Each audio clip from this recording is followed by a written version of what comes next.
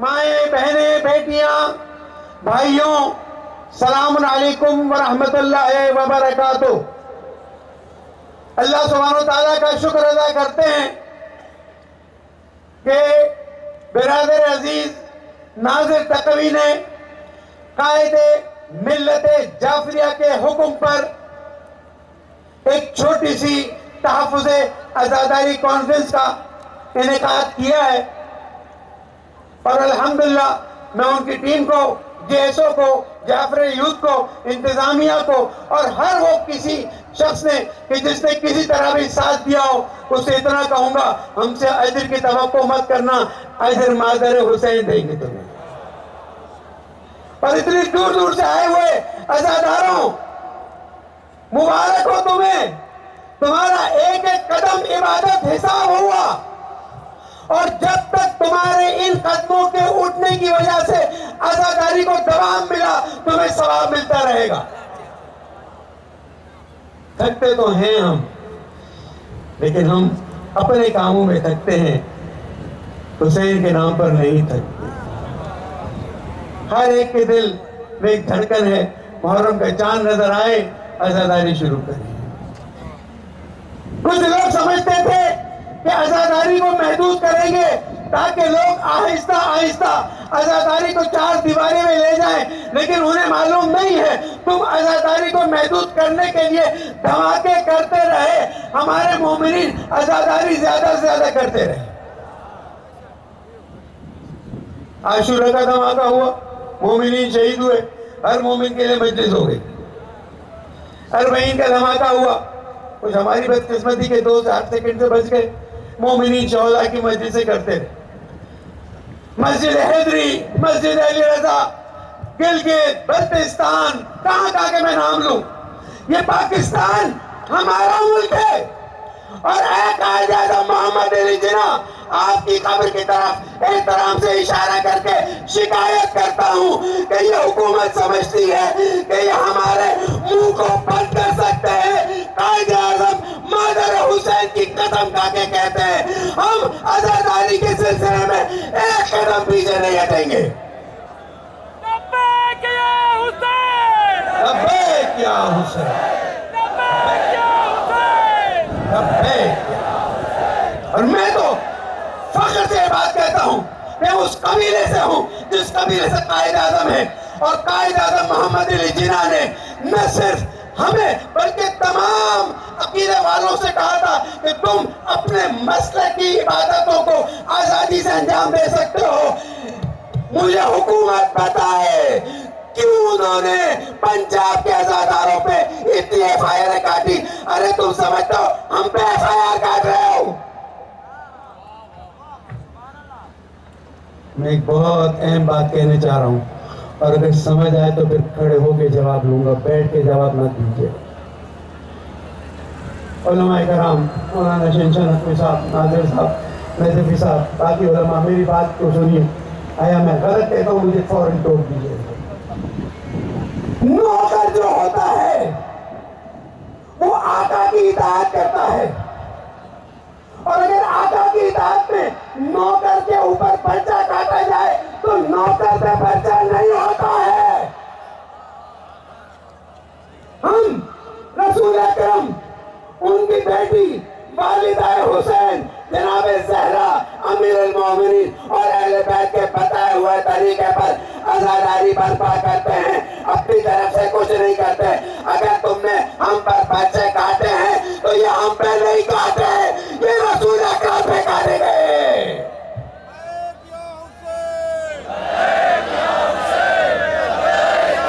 اور تم سمجھتے ہو، بسم اللہ اظہار کیجئے، پریس بھی کھڑا ہوا ہے، اور امید کرتا ہوں کہ پریس پوری ایمانداری سے اس جلسے کی کوریج دے گا، اور ان کی امانت داری پر مجھے اطمینان ہے۔